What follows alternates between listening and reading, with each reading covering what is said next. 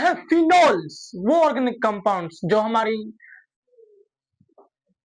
Daily जिंदगी में बहुत सारे कामों में काम आते हैं, जैसे as disinfectant, antiseptic, ink preservative और बहुत सारे कामों के लिए। आज पढ़ेंगे फिनोल्स को बहुत ही डिटेल में। पहले फिनोल्स की डेफिनेशन लिखते हैं, फिर आगे उसका स्ट्रक्चर, प्रिपरेशन, रिएक्शंस जानेंगे। लेकिन टॉपिक्स इतनी बड़ी हैं कि एक वीडियो में नहीं समझ सकती, तो पार्ट्स आते जाएंगे, आप देखते जाएंगे और हमें कमेंट में अपना फीडबैक बताते जाएंगे। तो आखिर तक जुड़े रहिए। तो let's start first with definition. Organic compounds in which hydroxyl group is directly attached to the benzene ring. वो ऑर्गेनिक कंपाउंड्स जिसमें बेंजीन रिंग के साथ हमारे साथ हाइड्रोक्सिल ग्रुप जुड़ा हो, इसको हम बेंजीन कहेंगे। लेकिन बेंजीन को असल में ऐसे लिखते हैं, फिनोल्स के पेरेंट कंपाउंड को मोनोहाइड्रोक्सी बेंजीन या कार्बोलिक एसिड भी कहा जाता है। Let's move to the next part.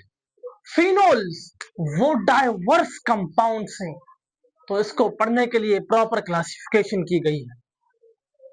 जब भी फिनोल जिसको हम बेंजीन के साथ हाइड्रोक्सिल ग्रुप जोड़ देंगे तो यह फिनोल बन जाएगा। अगर यहाँ पर हाइड्रोक्सिल ग्रुप एक मौजूद हुआ तो हम उसको कहेंगे मोनोहाइड्रिक फिनोल्स। यानी जो पेरेंट कंपाउंड है फिनोल्स का, जिसको मैंने मोनोहाइड्रोक्सी बेंजीन कहा या कार्बोलिक एसिड, वो एक मोनोहाइड्रिक फिनोल है। डाइहाइड्रिक फिनोल्स वो फिनोल जिसमें दो हाइड्रोक्सिल ग्रुप्स मौजूद हों। For example catechol. How will you write? First draw benzene ring, attach hydroxyl group on para position and ortho position and on meta position, इसको कहेंगे हम catechol. और trihydric phenols, tri means three, यानी वो phenols जिसमें three hydroxyl groups मौजूद हैं। For example pyrogallol. How will you write? First draw benzene ring, attach three hydroxyl group, first on para, second on ortho and meta. This is how to write paraglol. So this is how you learn the classification of phenols. तो आइए देखते हैं phenol का structure. अगर आपने पहले phenol के molecule पर गौर किया होगा, हमने कैसे लिखा था? पहले एक बेंजीन रिंग बनाई, फिर उसके साथ एक हाइड्रोक्सिल ग्रुप अटैच कर दिया।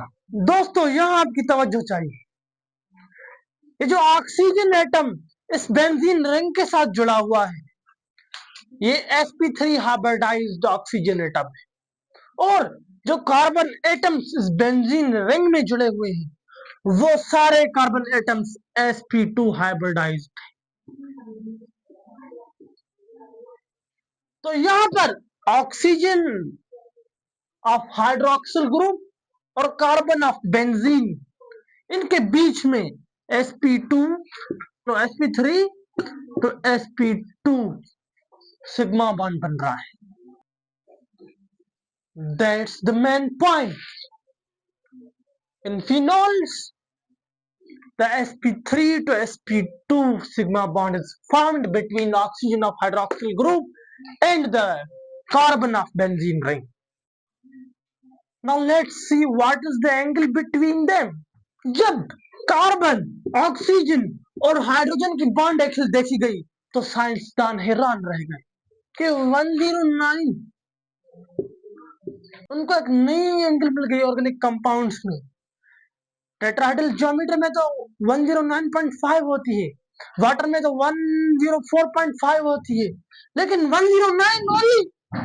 The point to be noted, ये आपको कभी कभी एमसीक्यू में भी पूछा जाता है, तो what is the angle between carbon, oxygen, hydrogen in phenol, but under question can be asked. What is the geometry? Keep in mind, every point is notable in organic chemistry. Not tough, but some points should be remembered. तो ये तो साबित हो चुका कि phenol के पास tetrahedral geometry तो नहीं है, क्योंकि उनके पास 109.5 एंगल ही नहीं है, एक मुनफरद एंगल निकल आई। तो इसकी वजह क्या है? क्योंकि ऑक्सीजन के पास लॉन पेयर इलेक्ट्रॉन्स मौजूद हैं, तो इसलिए फिनोल्स को टेट्राहेड्रॉन से स्लाइडली बेंट शेप भी कहा जाता है।